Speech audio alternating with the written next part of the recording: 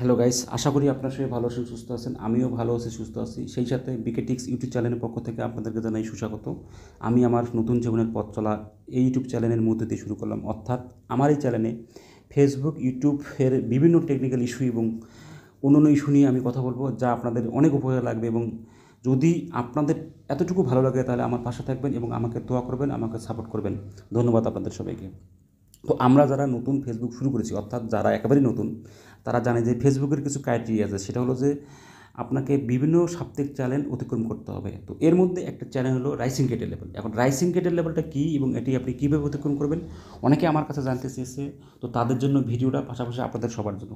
তো এই রাইসিং গেটের লেভেল সে যাওয়ার জন্য আমি আমার মেইন যে ফেসবুক আছে সেখানে চলে গেলাম। এখান থেকে আমি আমার প্রোফাইলে চলে গেলাম। প্রোফাইলে চলে যাওয়ার পর আমি সরাসরি প্রফেশনাল ড্যাশবোর্ডে চলে গেলাম। এখন প্রফেশনাল ড্যাশবোর্ডে যাওয়ার পর দেখেন কন্টিনিউ ইউর উইকলি চ্যালেঞ্জ, মানে আপনি এখন পর্যন্ত অনেক স্টেপ অতিক্রম করছেন, করার পরে আপনি এই পর্যায়ে চলে এসেছেন। তো আমরা নেক্সট স্টেপে যদি চলে যাই তাহলে আমরা এখানে দেখতে পাবো যে ইউর চ্যালেঞ্জ এবং অ্যাচিভমেন্ট, আর একটা নিচে দেখতে পারবো যে রেওয়ার্ড, অর্থাৎ আপনাকে রাইসিং গেটের লেভেলে এই অর্ডটি পেতে হবে।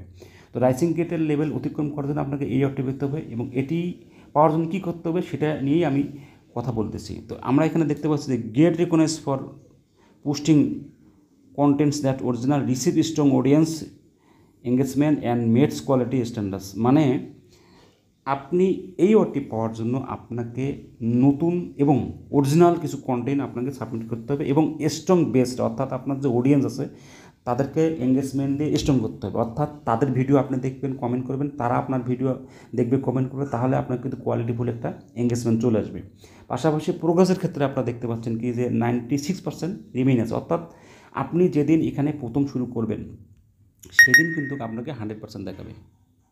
তো আমি অলরেডি একটা পোস্ট করছি, এই জন্য আমার এখানে 94% অলরেডি ফিল আপ হয়েছে। এখন দেখেন নিচে আমরা দেখতে পাচ্ছি গেটস 13 নিউ ফলো, অর্থাৎ আপনাকে 30 দিনের মধ্যে, না সরি 7 দিনের মধ্যে আপনাকে 30 জন নতুন ফলোয়ার ক্রিয়েট করতে হবে। তো নর্মালি এটা হয়ে যায়, কারণ আপনি যখন এই পর্যায়ে চলে আসবেন রাইসিং গেটের লেভেলে, তখন কিন্তু আপনার অটোমেটিকলি কিন্তু এই 30 জন নতুন ফলোয়ার হয়ে যায়, কিন্তু এটা হয়ে যায়, অটোমেটিক হয়ে যায়। আমি অনেকে দেখছি হয়ে যায়। এরপর দেখেন পাবলিশড 9 নিউ পাবলিক পোস্ট, অর্থাৎ এটার মানে হলো আপনাকে, এটার মানে হলো যে আপনাকে 9টা নতুন পাবলিক পোস্ট করতে হবে। প্রথম দিন থেকে 7 দিনের মধ্যেই আপনাকে 9টা পাবলিক পোস্ট করতে হবে। এখন এটা নিয়ে আমি একটু বলবো, সেটা হলো যে আমরা অনেক সময় দেখি যে আমার ফেসবুক আইডিতে অনেক ভিডিও আমি ছাড়ছি, অনেক ছবি ছাড়ছি, আমি অনেক কিছু ছাড়ছি। তো এখান থেকে কপি করে আমি এখানে একটা দিলাম, বা আমি একটা ভিডিও আবার রিসার্চ করে দিলাম, বা আমি একটা ছবি এখানে দিলাম, বা আমি একটা পোস্ট এখানে দিলাম। তো এটা কিন্তু এইভাবে দিলে কিন্তু হবে না। একেবারে নতুনভাবে আপনাকে এখানে 9টা পাবলিক পোস্ট করতে হবে। সেটা হতে পারে আপনার ছবি, বা হতে পারে আপনার কোনো ভিডিও, বা হতে পারে কন্টেন্ট।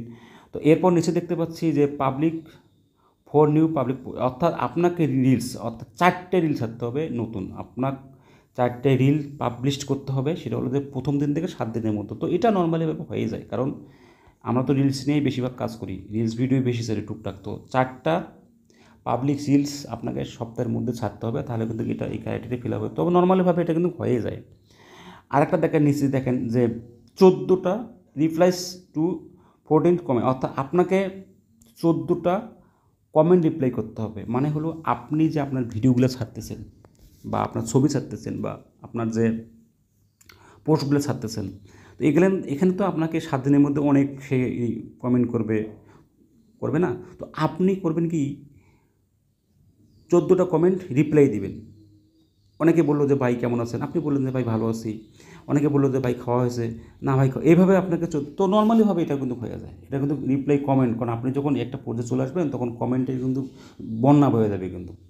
এখন দেখেন নিচে আর একটা বিষয় আছে, পোস্ট এ স্টোরি এভরিডে। এইটা কিন্তু একটু ঝামেলা। সেটা হলো যে আপনাকে রেগুলার প্রতিদিন স্টোরিতে 7 দিনের 7টা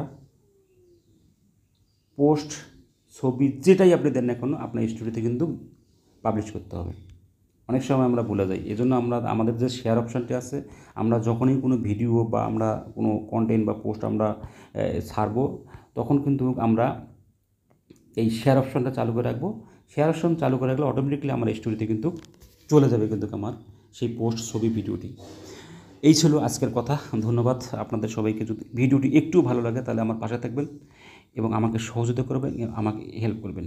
ধন্যবাদ। আর এভাবেই আপনি রাইজিং ক্রিয়েটর লেভেলটা অতিক্রম করবেন এবং এই রাইজিং ক্রিয়েটর লেভেল অতিক্রম করার জন্য আপনাকে এরপরে আরেকটি ধাপ অতিক্রম করতে হবে, সেটা হলো স্টার অ্যাডভান্স লেভেল। তো এই স্টার অ্যাডভান্স লেভেল নিয়ে আমি পরবর্তী ভিডিওতে একটু আলোচনা করব। ধন্যবাদ আপনাদের সবাইকে।